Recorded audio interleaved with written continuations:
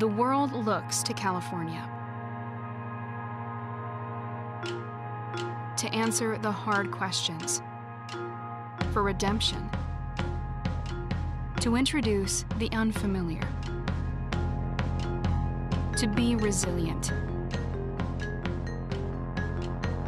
Because California bounces back, holds us accountable, values who we are, remains vigilant, defies those in our way, and stands for community.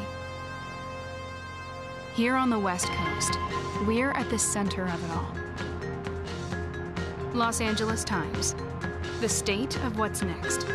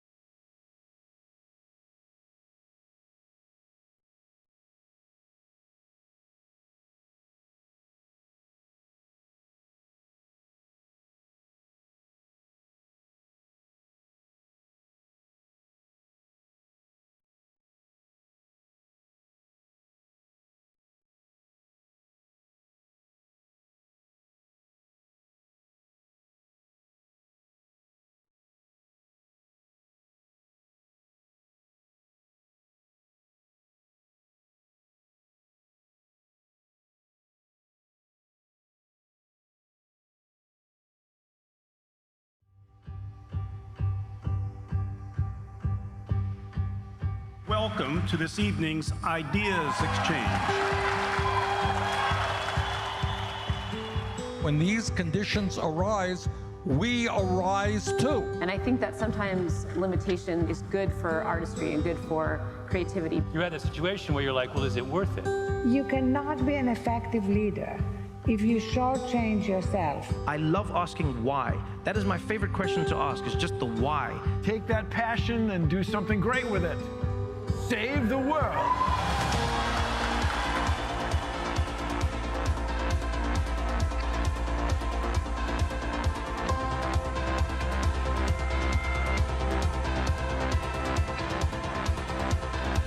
I don't have any more secrets. And that is a wonderful way to go through life.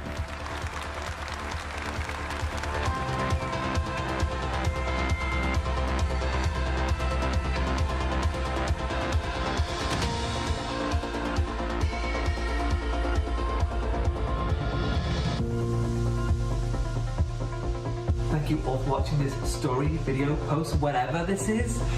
Thank you so much. Bye.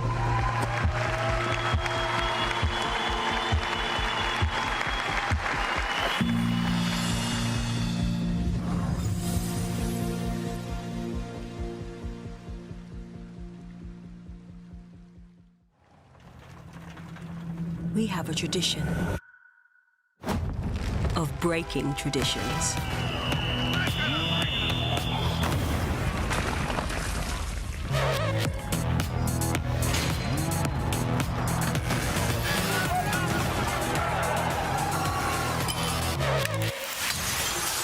Now that's how we push things forward.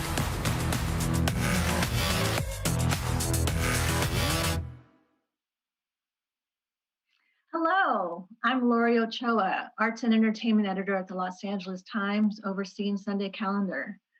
Thank you all for tuning into this Ideas Exchange, the LA Times series where we invite newsmakers and creative thinkers to join lively conversations that expand our knowledge, challenge our assumptions, and leave us better informed about the issues defining our time.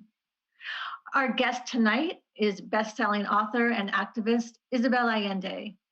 Since 1982, with her first novel, The House of the Spirits, she's been challenging assumptions and expanding our knowledge with passionate, powerful writing that in 2014 led to her receiving the Presidential Medal of Freedom from President Barack Obama. On March 12th, HBO Max begins airing a 3-part limited series, Isabel, the intimate story of Isabel Allende. And today, she's here to discuss her new memoir, The Soul of a Woman. Before we welcome Isabel, I want to remind viewers that The Soul of a Woman is available for purchase with a signed book plate from the great Skylight Bookstore, and Spanish translation copies are available as well upon request. It's my pleasure to welcome Isabel Allende. Thank you for having me. It's my pleasure, really. Oh, I'm so glad. By the way, let me make a note. The book in Spanish is not, it doesn't have the same title. In Spanish, it is called Mujeres del Alma Mía. So it's a little different. Thank you for letting us know. Isabel, one of the things I most admire about your writing is how you've found so many different ways to tell the story of your life. I mean, in your first novel, The House of the Spirits, you started writing as a letter of sorts to your grandfather, recounting the death, and then you were recounting the death of your daughter Paula, which also started as a kind of letter.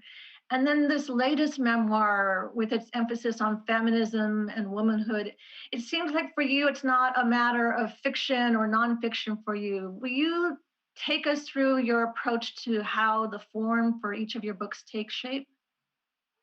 I have written books from different perspectives, different genres, different narrative voices.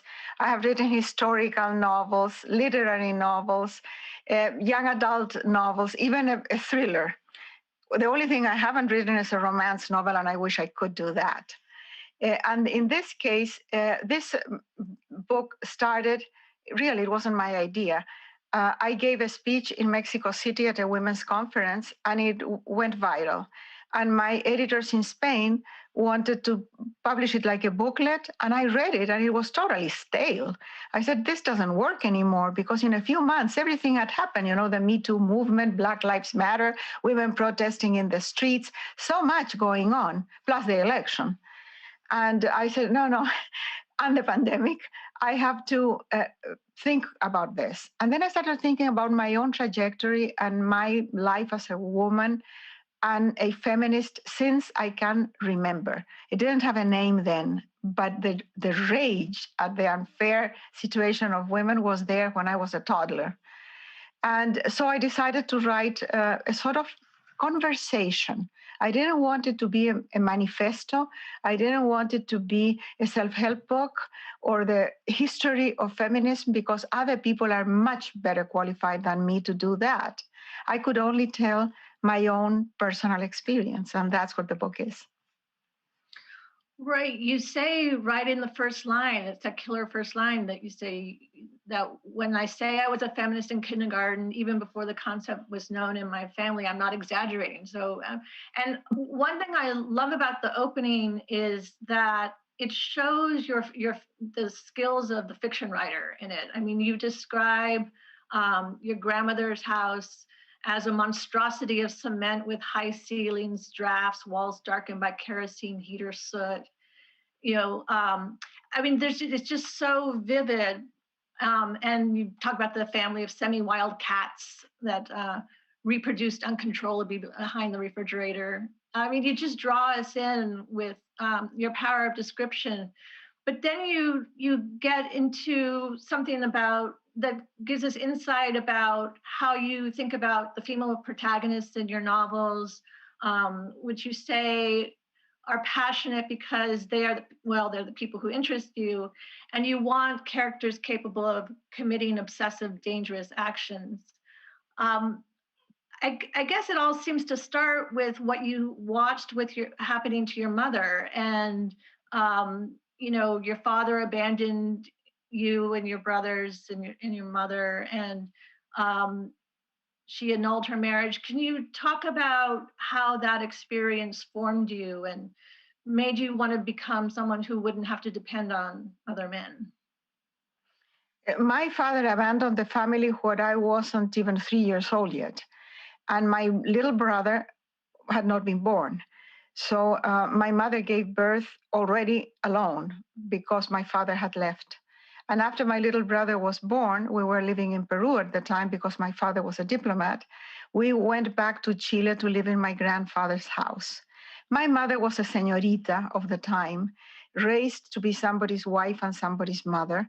She depended on her father first and supposedly her husband after. But now she was a single woman with 3 babies and no skills for work, and a time and in a place and in a social class where she was stuck. There was not much life ahead for her. Plus the fact that she had separated from her husband and annulled the marriage, which was the only way out because there was no divorce in Chile until 2004. My mother was watched closely. She had to take very good care of her reputation. So my mother didn't have freedom, didn't have income, didn't have her own resources, didn't have any capacity to make a living. And she had 3 kids that she had had in 4 years of marriage. So she didn't have control over her fertility either. And of course, I couldn't articulate any of this when I was a child, but I could see that my mother was in a very disadvantaged position. She was very vulnerable. And the men in the family, my grandfather and my bachelor uncles that lived in the house, had cars, salary, freedom, money. They made all the decisions. They didn't have to tell anybody what they wanted to do. While my mother was very dependent, and the only way that she could get any attention was by being sick. So she was sick all the time. I grew up with the idea and with something that I heard my grandfather say 1,000 times. My grandfather said, "He who pays the bills gives the orders." So I realized very early on that my mother's dependency was mostly financial. That because my mother couldn't pay her way, she couldn't have the freedom that I wanted for her, and probably she wanted for herself too.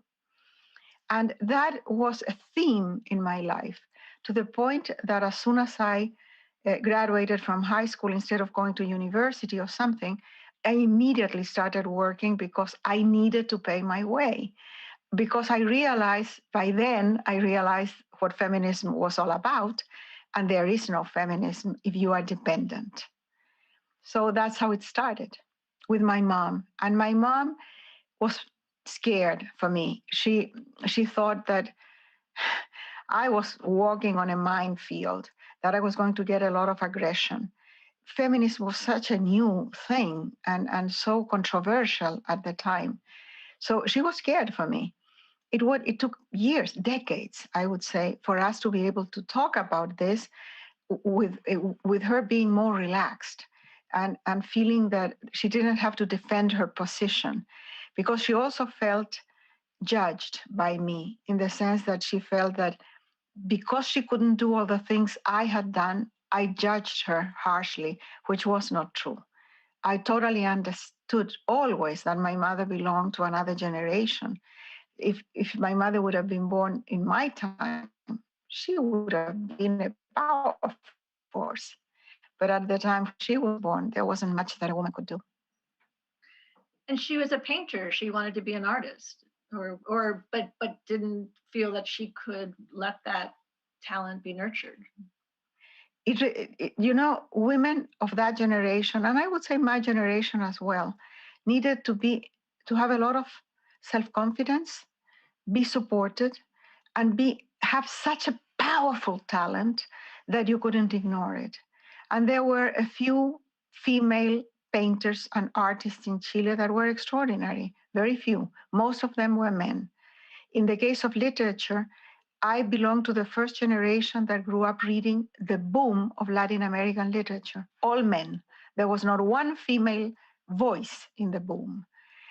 So that gives you an idea of how little role models we had. In my mother's generation, even less. And we had to sort of invent our role models and make our way in this sort of male jungle. My mother had talent for painting, but not enough talent to defend it against everything. She was always considered, in the family and then later with my stepfather, that my mother did little paintings. I have my house full of my mother's paintings and a garage full of her paintings because I wanted her to paint, so I collected her stuff. And she would have been great if she had studied, if she had had self-confidence and a little support. Now, you started in journalism and at a feminist magazine. Tell me, how did you find this, magazine to work for, and tell me about your journalism before you became a novelist. I was not a journalist. I didn't study journalism. I was a housewife. In that very particular moment, I had just given birth to my son, to Nicolas. He had been born a week before, and then one day somebody knocked at the door, and it was this beautiful, gorgeous young woman who said that she was going to found a magazine that would be a feminine magazine with a feminist slant. I didn't know exactly what she meant. And she said, I want you to work with me. And I said, why me? And she said, because I read some letters that you wrote to your mother. It seems that her name was Delia Vergara. She had been in Geneva at the time when my mother was there, and my mother showed her some of my letters. And she thought that I could write humor in the magazine. And so she hired me for that. So I started with the first issue of the magazine in 1967. I think it was May. And I still remember the cover of the magazine. So I wrote an article there. And in the second issue or third issue, I wrote an interview to an unfaithful woman. Now, that hit a chord because men were allowed to be unfaithful, but women were not. I mean, of course, women have been as much as unfaithful as men. Otherwise, I mean, look at the math. With whom are they sleeping if it's not with other women that are sleeping with them, who are also unfaithful? But you couldn't talk about this in Chile at the time. So I wrote this interview, and they hired me immediately as part of the staff in the magazine. And I worked there 6 years that were extraordinary years because the magazine changed the culture. We challenged all the taboos. We talked about all the stuff that women had been talking in their kitchens forever, and nothing of that had been published, ever.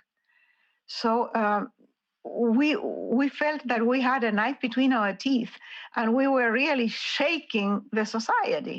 And I think we did. We were not even 30 years old. We were so young and so, I would say, innocent in a way, because we didn't think about consequences. We didn't care. We were not afraid. It was a wonderful time. And then one day, on September 11th, 1973, we had a military coup, and everything ended in 24 hours. There is nothing more male chauvinistic and more patriarchal than the military. Well, maybe the church. And for 17 years, we were ruled by the military. So forget feminism. Although the feminist movements in Chile remained working and remained very active, and as soon as it was possible, as soon as there was enough air to breathe, they emerged again with incredible force. You call yourself sometimes an activist, and I think your experience in Chile, seeing that how quickly things could change, like you said, just in a matter of hours. And your last novel, you talked about you said it in the time when the fighting Franco, and how fascism took over Spain. And we've just seen, in this country with January 6th, the threats to this country. Talk about what you've seen in countries that, we assume things can't go a certain way. I think you mentioned that there have been people who didn't believe around you, who didn't believe that things would change as much as they did, that democracy would prevail when it didn't. What have you seen this year in this country, and how do you relate it to what you've seen in other countries at home? In Europe, well, I write historical novels, so I keep studying history. And history repeats itself, unfortunately, because we forget. Oblivion sort of erases the past, and we commit again the same mistakes. In Europe, the most civilized countries like Italy and Germany became fascist. And fascism was like an illness that spread all over, like a burning fire. And also in Spain. Spain was almost a feudal country when there was the left, the socialists, the communists, the anarchists won an election. And immediately the right and the church reacted.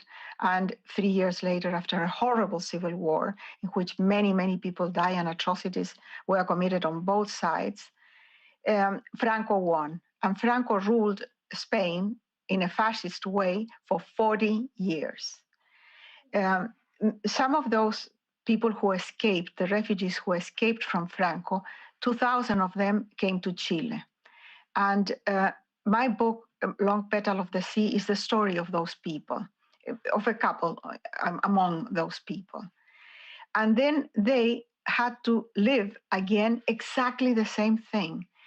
A leftist government, a coalition of parties of the left, won the election in Chile, and immediately the right, with the help of the CIA, started to sabotage the government, and they worked to defeat this socialist experiment in Chile. When they couldn't do that by sabotage, they provoked a military coup.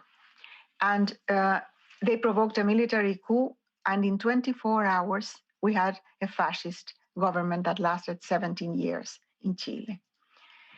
So I know how these things can happen very quickly, not because they suddenly emerge, but because they have always been there.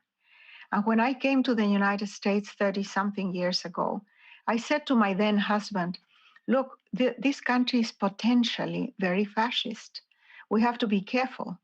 Democracy is frail. Democracy needs to be constantly supported, watched, and protected.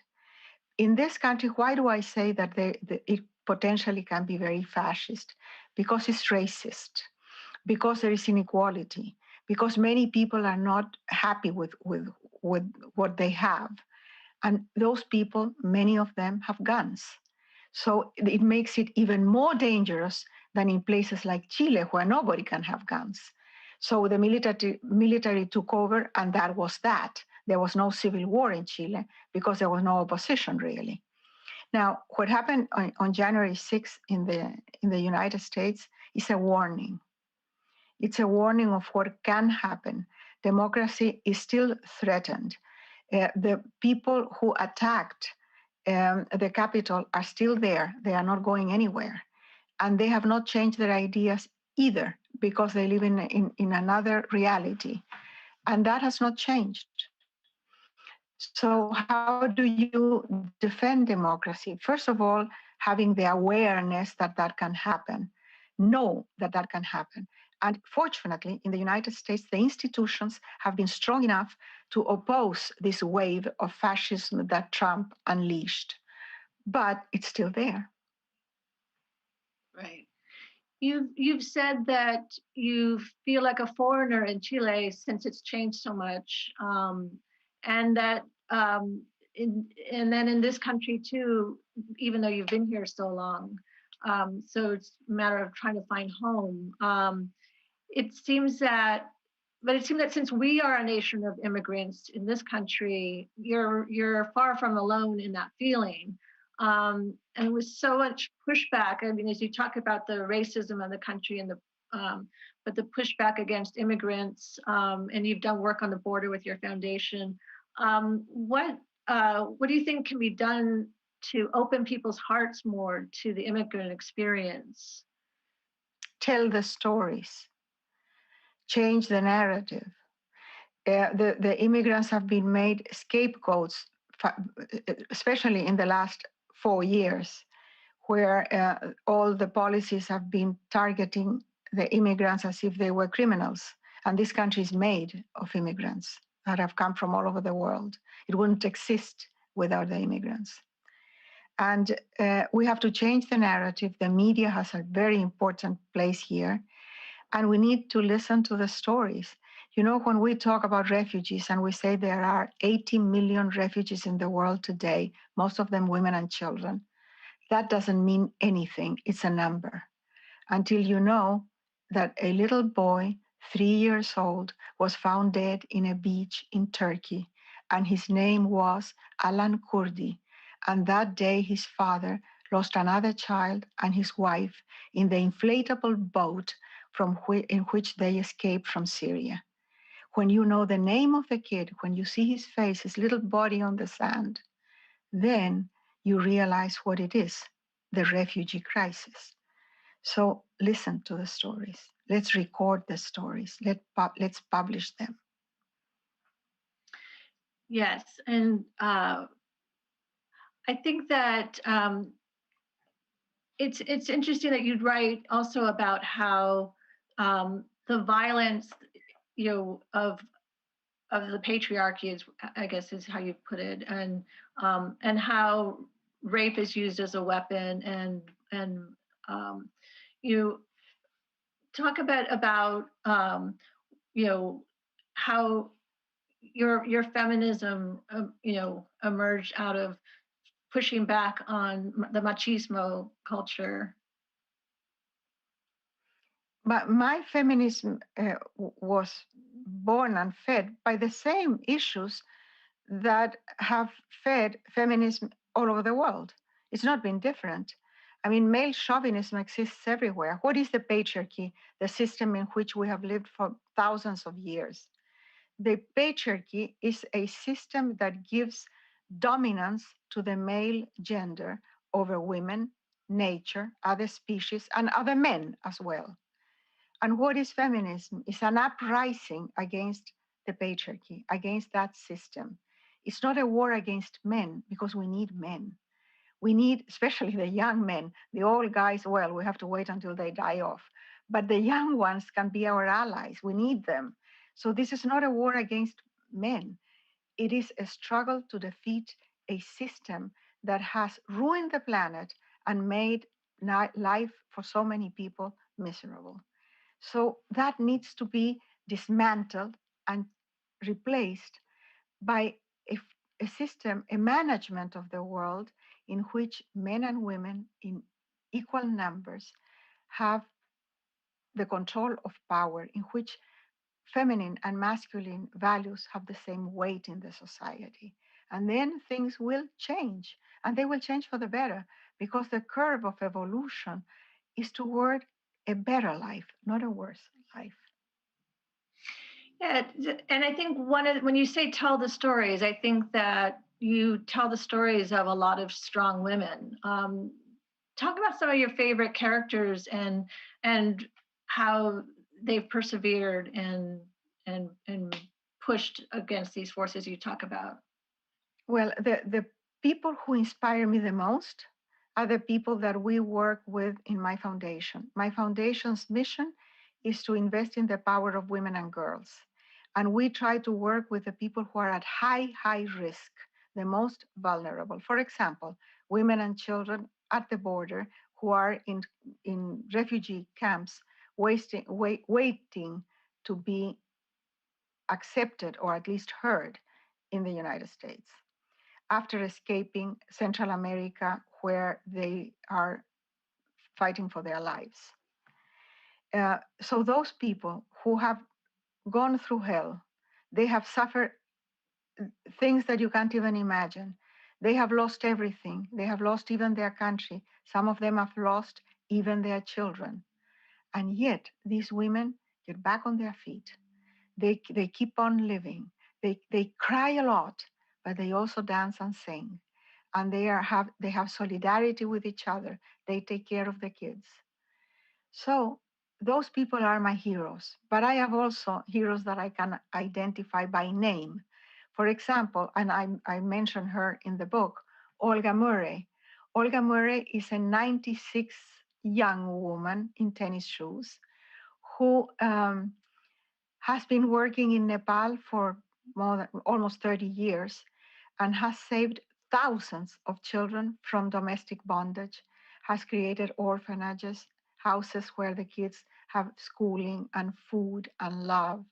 She's called Mama by thousands of kids in Nepal. And when she comes to Kathmandu, the airport there's a mob in the airport of kids with flowers and balloons because they're waiting for their mama. That woman who has this incredible energy and enthusiasm, and her little blue eyes are shining with passion for her work and the purpose that she has in life. She's my hero. I want to be her when I grow up. Yeah, well, and you made your own foundation, I guess, out of the money you made from telling the story of your daughter Paula. I guess that was the seed money for the foundation. I wrote a book called Paula, and I didn't want to touch any income that would come from that book. So I put it all aside in another account. And that was the seed for the foundation. But since then, and this was 26 years ago, 28 years ago, since then, of course, the foundation is fed with all my books and all my work. Yeah. You say you also get support from what you call Sisters of Perpetual Disorder, a kind of prayer group that never prays, really. But tell me about that. You know, when I brought my daughter in a coma all the way from Madrid. That was possible before 9/11. I brought her in a commercial United flight with a nurse in a stretcher. And I took care of her at home. And then at some point, the doctors that had been testing her had the family in a meeting, and they told us that Paula was in a vegetative state, that there was absolutely no way that she would ever wake up, and that there was no hope at all.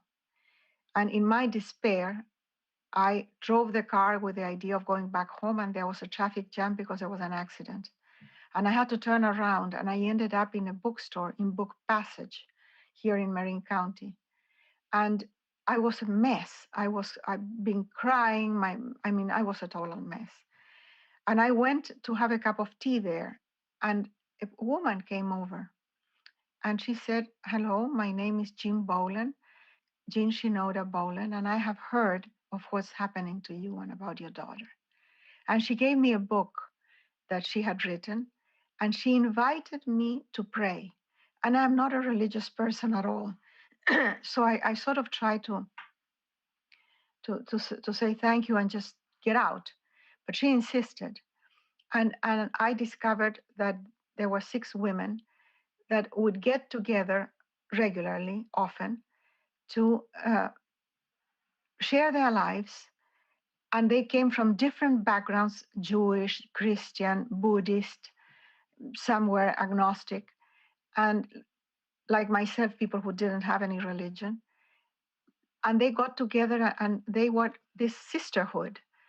And they invited me to be part of the sisterhood. This was 28 years ago. And they have changed my life. We meet regularly. We're all the time in touch via Zoom or email or the phone. And we meet to share our lives and to send good energy to those people whom we think need it. So that's my prayer group. You also write that, you found love at 74, and and you're a very passionate person. Tell of the story of Roger and how that happened. Well, I was married for 28 years to a guy called Willie. And then there was a point when the marriage ended we fell out of love, I suppose. And I was 72, and I said, okay, we have to separate, we have to divorce. And everybody said, are you crazy at your age? Why would you divorce after 28 years with this guy? And I said, it takes more courage to stay in a bad relationship than to leave. And it was easier for me to leave. But I didn't ever imagine that I would have another partner, because I thought at that age, it's impossible. Try to get in Match.com at that age. And old men want women who are 30 years younger. What are they thinking? They are these ugly men who haven't even taken care of themselves, and they think they are entitled to young women. That's funny. Sorry. So I thought, no, there's no way that I will ever have another companion, but that's fine. I bought a very small house with only 1 bedroom, and I moved in with my dog. But then Willie died, and I inherited his dog. So now I have 2 dogs. And then I started getting emails every morning and every evening by a man who had heard me on NPR in New York. He was a widower and a lawyer. And he emailed me for 5 months. So stubborn, so persistent, that finally, when I went to New York for a conference, I said, okay, I'm going to meet this guy. So he invited me out for lunch. And after the first course, I said, look, what are your intentions? Because I'm 74 years old, I don't have any time to waste. Well, he choked on the ravioli, but he didn't escape. So 3 days later, he said that he wanted to marry me. And I said, forget it. No way, no marriage. But we can be lovers. If you are willing to come to California for the weekend, we can do that. So he came for the weekend several times that year until it was just too much work. And he sold his house, gave away everything he had, and moved to my house with 2 bikes and his clothes, which were very dated, and they were promptly discarded. And we've been living together ever since, and eventually we got married. And one of the reasons why we got married is he's a very formal guy, fortunately, very progressive intellectually and politically, but very formal socially. And one of his granddaughters, who was 7 years old, went to the school librarian and said, "Do you know Isabel Allende?" And the librarian said, "Yeah, we have several of her books here." And then there was this pause. And Anna said, "Well, she's sleeping with my grandfather." so, so Roger decided that it was time to get married because it was a bad example for the grandchildren. And we did. And we got married, and immediately the pandemic happened. So this has been an extended honeymoon for a year. And actually, it's working pretty well. Yeah. You also talk about ageism, that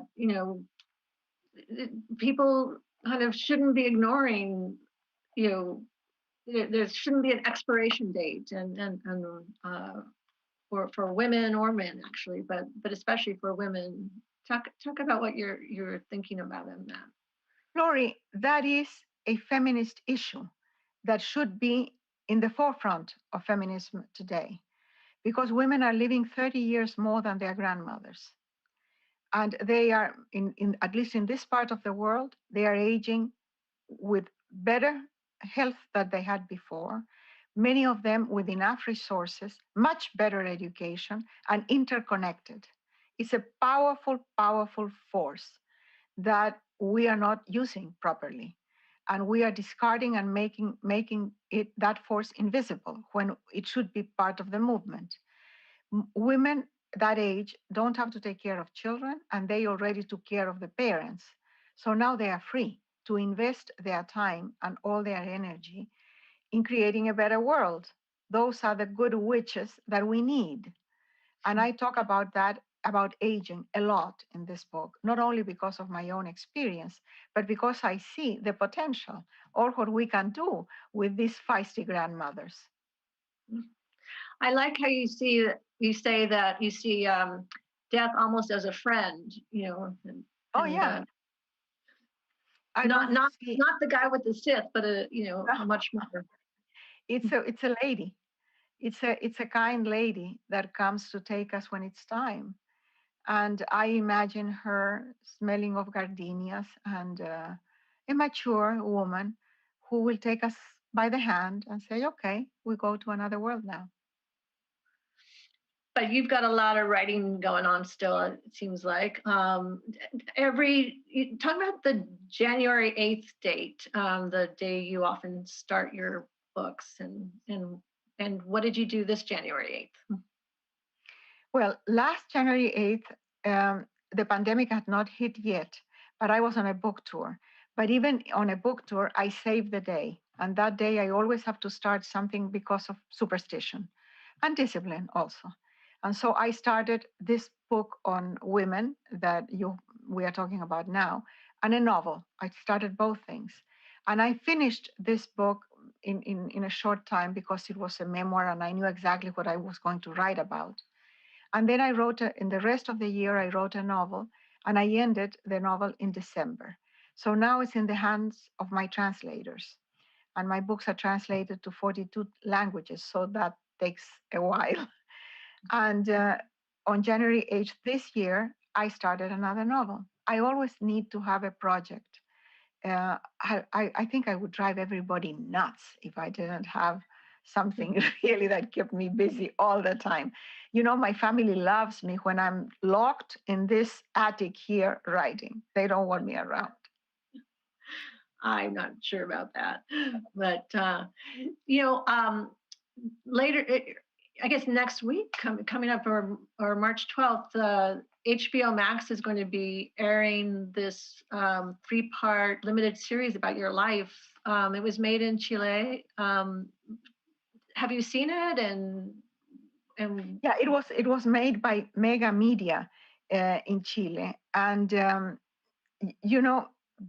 I'm a public figure, so they don't even have to ask permission. They can just do it. But they were kind enough to tell me about the project, and even they showed me some of the script. in the first drafts of the scripts.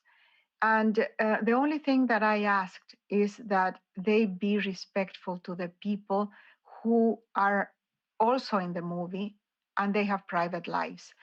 They can say anything they want about me because I am totally exposed. I have no secrets. Everything is out there in my memoirs.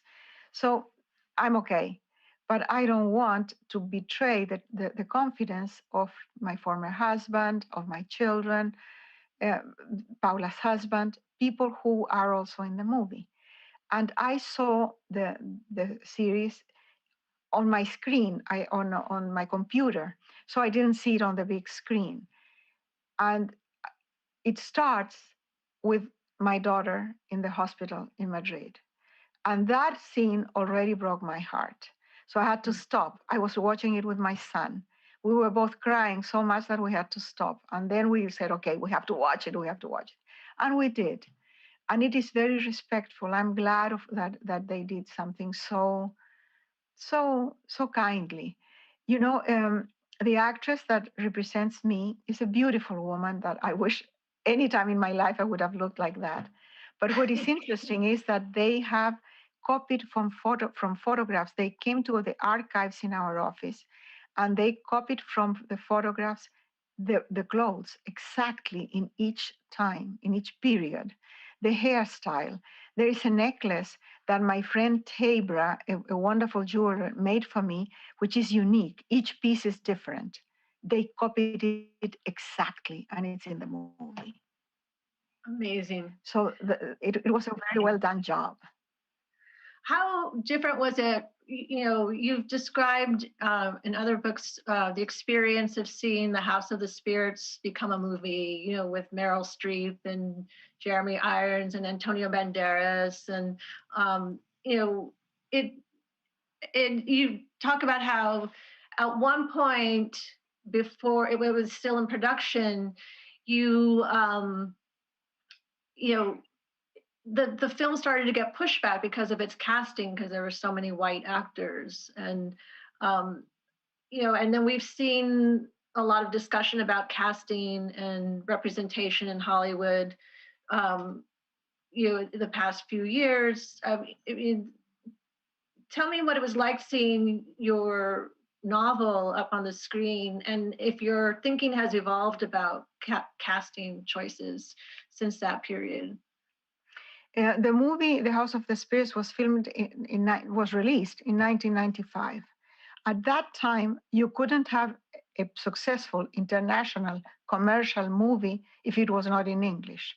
People were not used to read subtitles as they are today. And without a well-known cast, you wouldn't have a commercial success. So they were, for the producers, it was very important to get these names: Jeremy Irons, Meryl Streep, Glenn Close, and so forth, Vanessa Redgrave. And it had to be in English. And they tried to film it in South America, and it was a disaster at the time. So they moved the production. The exteriors were filmed in Portugal and the interiors in Denmark, in a studio.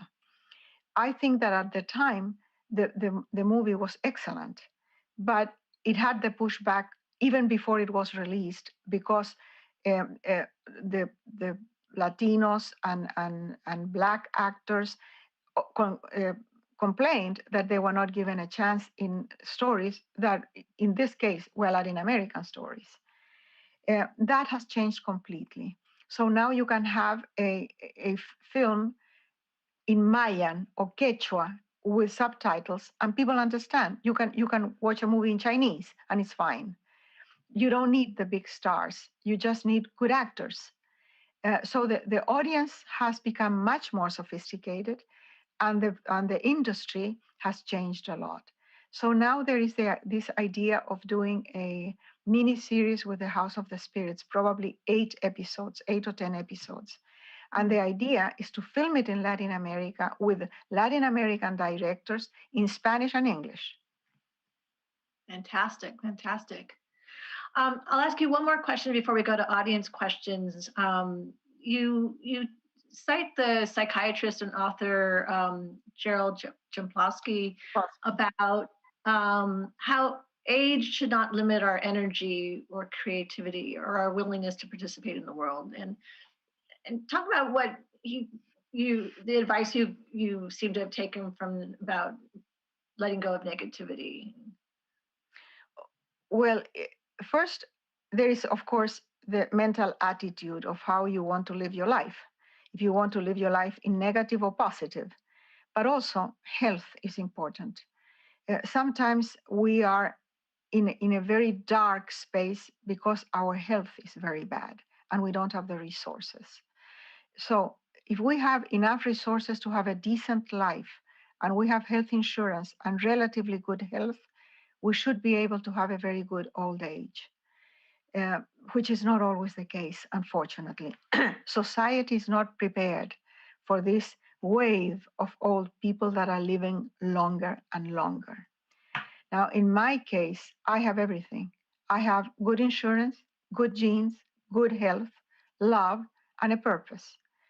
Having a purpose is really important. When I mentioned Olga Murray, why is this 96-year-old woman eternally young? Because she has a very clear purpose in her life and passion for it. She did not retire from the world. She's in the world. And if we have the energy, let's remain in the world and make space for us. Use your elbows and make space for us. We are old, but we are here. And we can be very useful. And we have a lot to bring to the table. I like that, using your elbows. I could keep asking you questions, but we do have some audience questions that I should ask you. First one is from Alexandra, who asks, have you been back in Chile? And how do you see it with the new feminist movement? Do you think there was a change from when you were living there? I have not lived in Chile for 40 years, but I go all the time. And I follow everything that happens in Chile. Until recently, when my parents were alive, I would go several times a year. And my mother would write to me every day. And to the very end of her life, my mother was totally lucid, and she kept me informed of the details of daily life, the politics, football, everything. In Chile, the feminist movements have always been strong. They were terribly censored by the dictatorship, of course, but they have always been there, and they've been fighting for decades. For example, for abortion, to depenalize abortion. And finally, they were able to pass a law a couple of years ago in which it is allowed in certain instances. Now that needs to be extended. They fought like crazy for divorce. There was no divorce in Chile until 2004, as I said. So the feminist movement have done a lot. And they are now invigorated by a wave of young women. That song of Las Tesis, The Rapist Is You, was translated to every language in the world, went viral. It was danced and sang in the streets in every city. And those are 4 young women in Chile who have been sued by the police, by the way, because the police felt insulted by the lyrics of the... Yeah, they felt insulted. It fit very well, didn't it? Yeah. And so I'm proud of what the women are doing, and my foundation supports several of the groups in Chile. Fantastic. Hillary asks, have you ever revisited your past work and been struck by something you wrote years ago? No. Why would I read my own stuff? No. Because there is so much to read in the world, so many wonderful other books that I can read. No, I've never read any of my own stuff, except when I'm asked by a translator to clarify a paragraph. So they tell me in that page, what do you mean by that? Then I have to read that piece, but the whole book, no. Now, but you must have you had bad translations or ever? I don't know, because I can't read the languages. So I can only read French and English, and I think the translations usually, in those cases, improve the book. But other language, how can I know? Yeah. I got a question from my Croatian publisher yesterday, and I thought, Croatian, I can't even. If I get the book, I will not know if it's mine or not. I can't even read the alphabet. Yeah. Amazing. Okay, another audience question from Susan. Says, she asks, is there a book that inspired you in the 1960s? In the 1960s, I think it was a book by Germaine Greer called The Female Eunuch. In the late 60s, that was the first feminist book I read, because I had read Simone de Beauvoir before, but it's a very pessimistic view of aging and of feminism and of being a woman. But Germaine Greer, this English writer, presented feminism with humor, with intelligence, with spunk, and in an articulate language that I could relate to. And that book was very inspiring. That really gave me a language to be a journalist, a feminist journalist. Yeah, I mean, it seems like humor is one of your tools that you use to make your points often in your writing. Laurie, it's a tool for life. How can you be a woman and not have a sense of humor? You have to make fun of men to begin with. Definitely. Okay, another audience question from Liliana, who asks, what has been your most defining moment as a Latina and artist, and what do you think of the term Latinx or Latinx? It doesn't matter what you call us, Latina, Latino, Latinx, it doesn't matter. We know who we are, and it's important for people to identify us. Let's not be so picky about the terms. It's like many people who say, I don't call myself a feminist, because feminist might not be a sexy word. It doesn't matter. Call yourself whatever you want. Just do the work. And what was the other part of the question? What has been your most defining moment as a writer? No doubt. I know exactly the moment when I got a paperback, a brown paperback that my stepfather gave me and said, take this. And I opened it, and inside was the first edition of The House of the Spirits that had been published in Spain, and through a diplomatic courier, he got the first copy and brought it to Venezuela, where we were living, and he gave me the surprise of the book. Let me tell you, I have written so many books in so many editions, in many languages, and nothing compares to the thrill of that first book. I still have it, wrapped in silk and signed by all the people who participated in the movie, and by the actors that participate in a play that was done in London with the House of the Spirits. And of course, the dedication from my stepfather. Wow. And the book, you've written how that the success of that book was considered a surprise for people, because you mentioned earlier, how so many of the big Latino boom was male authors, and it shouldn't have been a surprise, but it was. I was so lucky, because the book was published in September of 1982 in Spain, and in October is the Frankfurt Fair. And my agent, Carmen Balcells, took the novel to the Frankfurt Fair, and it became the hit in the fair. And every publisher in every language wanted the book. So it went, as we would say today, went viral, no? And I was living in Venezuela, and I had no idea what was going on until a year later, when I started getting my first contracts and checks. But that was much later. By then, I was halfway through the second book. So it was a surprise for everybody, I think even for my agent, the fact that the book was so well received. Many things coincided. I think it was, first, the boom had created the space for Latin American literature. Maybe people were missing the feminine voice, the fact that it was all male. Then my name, I was called Allende, right at a time when what had happened in Chile with the military coup was still in the news. I mean, people were still concerned about what had happened in Chile and about the dictatorship. So that was an asset, probably. And I think that the fact that it was a first novel by a completely unknown person, that also was a curiosity in a way. And you mentioned it was you write in this book about your agent who was a woman, and it makes me think about how important representation is in the room where it happens, or where decisions are made. Absolutely, absolutely. I get all the time readers, aspiring writers asking me, what should I do? And I always tell them, try to get a good agent, because you need someone to be your advocate.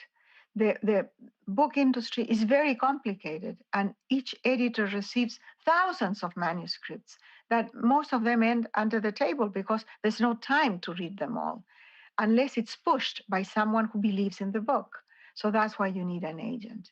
Of course, I didn't know any of that when I wrote The House of the Spirits. I had no idea how the book industry operated. I had never read a book review in my life. Most people never have. Never taken a class or participate in a workshop, never written anything except in journalism. So thanks to my agent, the book was pushed in the Frankfurt Fair. And I owe her everything. She believed in me, believed first in the book, and then she believed in me. She invested in me. And she's told me something that first time we met. She said, you will have to do double the effort than any man to get half the recognition. But don't worry, you can do it. And you did.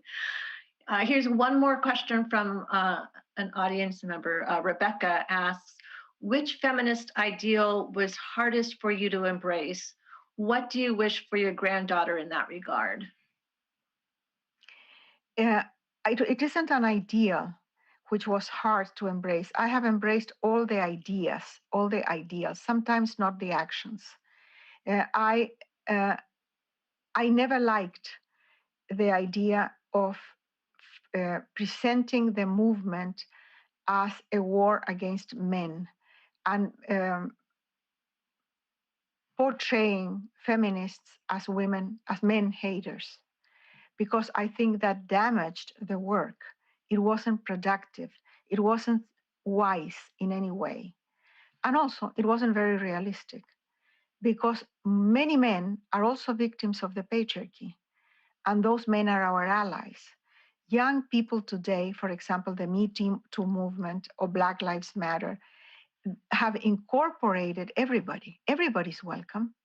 Young men, gay men, LGBT, old men who have an open heart, everybody's welcome. We all need to do the work together, because we can all together dream of a better world, a different world, a new normalcy, a sustainable planet. And we can do it together. Women alone are not going to do it. Men have already screwed up everything. We need to clean up the place, but we will create the new reality with them. Well, I'll tell you that my son, when he saw me reading a lot of your books, came down from his bedroom and handed me your book, City of Beasts, and said, don't forget this one, to read this one. How old is he? He's in high school now, but it's a book he had for a while, and he, so he's a fan as well. And look, tell him that they are going to make a movie with the City of the Beasts. Fantastic. He doesn't have to read the book. Wait for the movie.